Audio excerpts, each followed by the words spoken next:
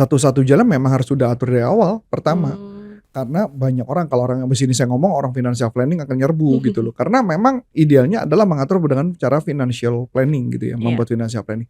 Tapi financial planning saya agak berbeda dengan financial planning pada umumnya kebanyakan.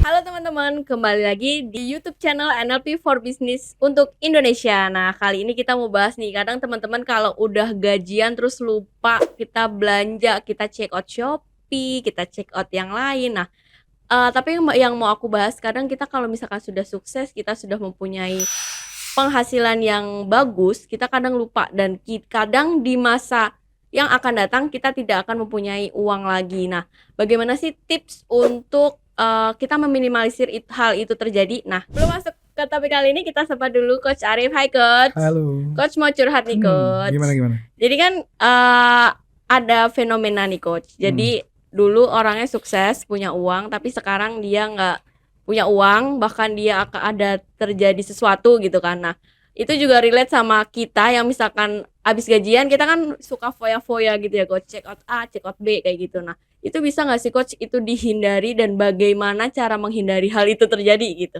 Ini abis ini saya akan dimusuhi oleh para toko online ya. Nggak, gini sih, paling gampang sederhana. Biasanya orang-orang yang saya melihatnya fenomena-fenomena itu kan banyak banget terjadi sama artis ya. Iya. Sama artis, dan fenomena itu juga terjadi kepada orang-orang yang punya income besar tapi dia lupa untuk melakukan saving. Iya, betul. Nah, jadi kenapa itu terjadi? Karena dia berpikirannya jangka pendek, cuman shortcut dong gitu, short term memory gitu loh. Jadi dia menganggap misalkan kalau artis, gue terkenal, pasti gue akan baik-baik aja di masa depan gitu loh. Padahal kalau yang namanya artis tuh ada siklus. Ada siklus terkenal, habis itu jatuh itu ada. Iya. Ada masa-masa itu. Bahkan kalau bisa saya katakan gitu ya, ada artis yang sangat terkenal, bayarannya sempat tinggi, kemudian jatuh, anjlok, harganya murah. Iya. Habis Masih itu mending kalau murah Coach. malah Kalau nggak udah laku. Ya itu memang nasib itu kan. Itu kenapa itu terjadi? Karena biasanya mereka tidak mempunyai skill yang bagus, atau dia tidak mendevelop dirinya sampai bagus. Oke. Yang jadi sulit kan kayak gini contoh ya. Kalau saya yang paling gampang kayak contoh yang paling sederhana deh ya. Saya mau ngomong sederhana dulu deh, caranya sederhana. Kita ngomongin tentang produk lah. Kita ngomong produk ya. Produk itu kan anggaplah bentuknya kayak L gini ya. Ada namanya product life cycle. Kalau artis kan juga ada life cycle ya.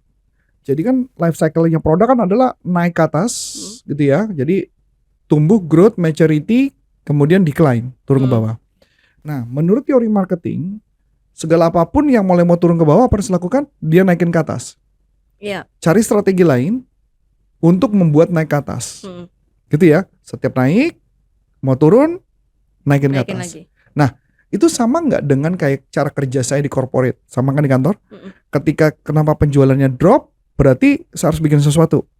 Dibikin lagi. Aja produk itu dibuat diregenerasi, atau dibuat jenis produk baru, atau di model baru yang membuat dia naik lagi. Nah, bagaimana dengan artis? Sama. Artis kan awalnya ngetop tuh. Iya. Nah, begitu dia ngetop, sudah mentok-ngetopnya, berarti decline dong. Berarti dia harus melakukan sesuatu. Ada inovasi ya Coach? Harus ada inovasi. Yang jadi masalah adalah inovasinya terjadi setelah jatuh. Okay. Bukan jadi kalau mama setiap produk, kalau mau kita jualan produk, kita jangan melakukan inovasi ketika jatuh. Tapi kalau kami harus menebak itu life cycle-nya berapa tahun. Misalnya yang paling gampang ya, sederhana ya, nanti direlatin sama artis ya. Milo Couple udah nggak zaman. Udah nggak ada ya. Nah, pertanyaan jarang. Nah, tugas kita adalah setiap produk kita harus menebak Milo Couple itu bisa bertahan berapa lama. Kita harus menebak. Jadi setiap produk ada life cycle. Nah, tugas kita adalah sebelum turun kita harus sudah mempersiapkan sesuatu. Ya. Ya. Saya ambil contoh lagi. Dulu Antonius Arif, kita jualan pelatihan, kami jualan pelatihan, ramenya luar biasa, penuh sampai 1 tahun pun itu penuh, full. Nah, kami lihat pola. Ketika angkanya mulai berkurang, bukan 1 tahun lagi jadi 9, dari 9 jadi 6 bulan pelatihan penuh, maka kami harus melakukan regenerasi produk baru. Harus create produk baru. Iya, betul.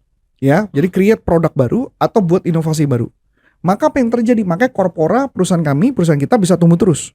Itu karena benar-benar Tuhan ngasih tahu ke kita tuh kapan pada saat jatuh kita harus naikin lagi. Iya. Nah, begitu juga artis. Pada saat dia lagi jaya-jayanya, ada dua pilihan dong. Mm-mm. Pilihannya adalah dia tetap eksis di dunia artis. Misalnya contoh, artis yang dulunya gemuk menguruskan badan.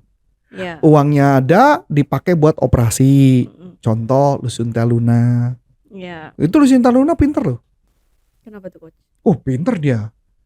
Jadi dia tahu kapan masanya dia jatuh, dia operasi loh. Sebelum operasi. Oh, jadi biar lebih Dia viral terus, lagi. iya makanya kalau bertanya, Lucinta Luna masih lama jatuhnya lama karena dia bener-bener maintainnya gila-gilaan tuh. Ya operasi plastik lah, bikin sensasi lah, apa dan sebagainya. Itu yang membuat dia maintain, dia naik ke atas terus. Iya. Itu kalau kita ngomong secara produk berarti produk life cycle. Mm-mm. Oke? Nah, berarti kita juga sama. Setiap manusia, setiap bisnis apapun harus ngeliat nih kapan naik siklusnya. Iya. Nah, pada saat itu dia harus menabung, dia harus menyisihkan uang.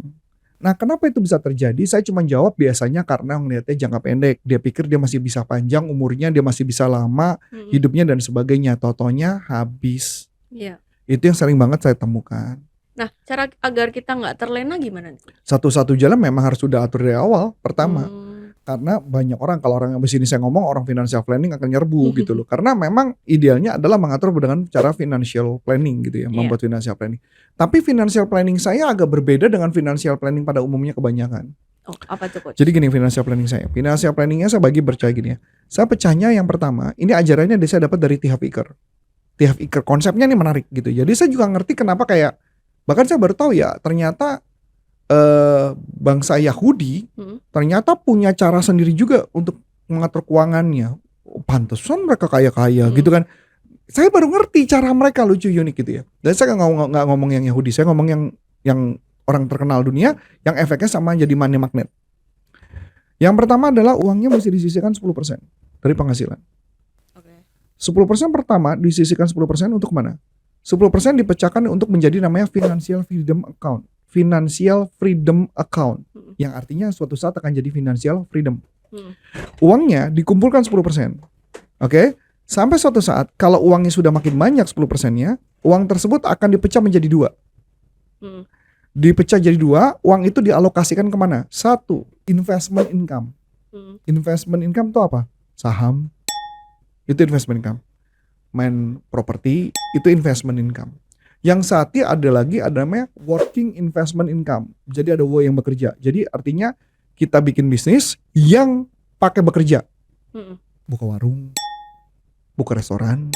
Itu namanya working investment income. Jadi beda ya dua ya. Kalau yang satu taruh aja uangnya. Iya. Beli emas, taruh aja. Yang satu dikerjain. Bukan jadi satu loh. Iya. Jadi pecah 2. Kita 2 lagi. Aman nggak? Pasti aman. Apapun yang terjadi pasti udah ada aman dong. Iya. 10% pertama ya. 10% kedua ditaruhnya kemana? 10% kedua adalah ditaruh untuk pendidikan. Oke. Pendidikan. Pendidikan apa? Pendidikan saya pecah jadi 2. You work for money. Kamu kerja untuk mencari uang. Sekarang kalau Karin dengan pekerjaan sekarang, you work for money berarti pekerjaan apa atau pelatihan apa yang Karin butuhkan supaya bisa gaji Karin jadi naik? Oke. Upgrade ilmu ya coach. Upgrade ilmu. Ya. Nah, itu artinya you work for money. Oke? Nah, yang kedua adalah money work for you. Berarti uang bekerja untuk kamu. Berarti belajar apa? Saham, Oke. internet marketing. Nah, itu yang membuat uang bertumbuh. Kebanyakan orang nggak begitu. Uang pertama nggak punya uang untuk financial freedom. Yang kedua dia nggak punya uang untuk pendidikan yang nggak ada. Ya wajar dong jatuh. Iya. Nah, yang ketiga baru ditaruh di tempat biaya-biaya yang jangka panjang. Oh, Biaya oke, jangka oke. panjang. Misalnya cicilan rumah, asuransi, itu perlu. Yang keempat baru kemudian dia bisa taruh uangnya disimpan buat biaya belanja sehari-hari. Iya. Kemudian ada uang juga yang disimpan lagi, disisihkan ya untuk mereka berfoya-foya, bersenang-senang. Oh, self reward ya coach. Self reward tetap harus ada. Nah, ada self reward dan ada sisanya lagi uangnya dipakai untuk berbagi, Oh, sedekah. sedekah. Itu konsep sederhana kan? Tapi kalau dibalik nih, kalau kita yang orang beragama, yang kuat agamanya dibalik. Yang Sedekah pertama dulu. kali sedekah dulu 10% ditaruh. Jadi misalnya 10% atau kamu 5% ya? 2 kayaknya. 2%. Pokoknya disisihin dulu. Keluarin dulu ya. Nah, setelah disisihkan baru kita investment income. Ya, atau financial freedom account itu tadi ya. Jadi dibalik. Jadi uang itu disisihkan dulu. Jadi balik lagi bagaimana cara pertumbuhannya masing-masing. Setiap orang kayak gitu. Oke. Kalau orang itu dia nggak nyisin uang mau sampai kapanpun nggak akan bisa. Mm-mm. Jadi mau nggak mau dia harus belajar sesuatu untuk meningkatkan dirinya. Jadi uang dipakai buat foya-foya, dibuat penambahan skill juga enggak. Ya pasti mati dong suatu saat. Abis ya coach. Habis. Mm-mm. Nggak ada peningkatan, nggak ada perbaikan kehidupan, terus mau nyalain nasib. Iya, ya gue udah ngelaku nih. Gua nggak laku nih. Ya Tuhan nggak ngasih gue rezeki. Ya Iya. disalahin lagi Tuhannya. Iya. Padahal Tuhan ngasih kita otak Berlimpah, iya. untuk berpikir. Nah kalau otak untuk berpikir berarti ya salah satunya itu caranya proses. Oke coach, menurut aku sudah nih coach untuk topik kali ini. Untuk teman-teman nih yang gajian langsung disimpan dulu ya coach, jangan langsung belanja dulu. Nah coach, aku mau bagi-bagi ebook nih. Jadi ada 3 mengatasi mental block. Nah teman-teman nanti tinggal klik link di deskripsi ataupun di kolom komentar pertama.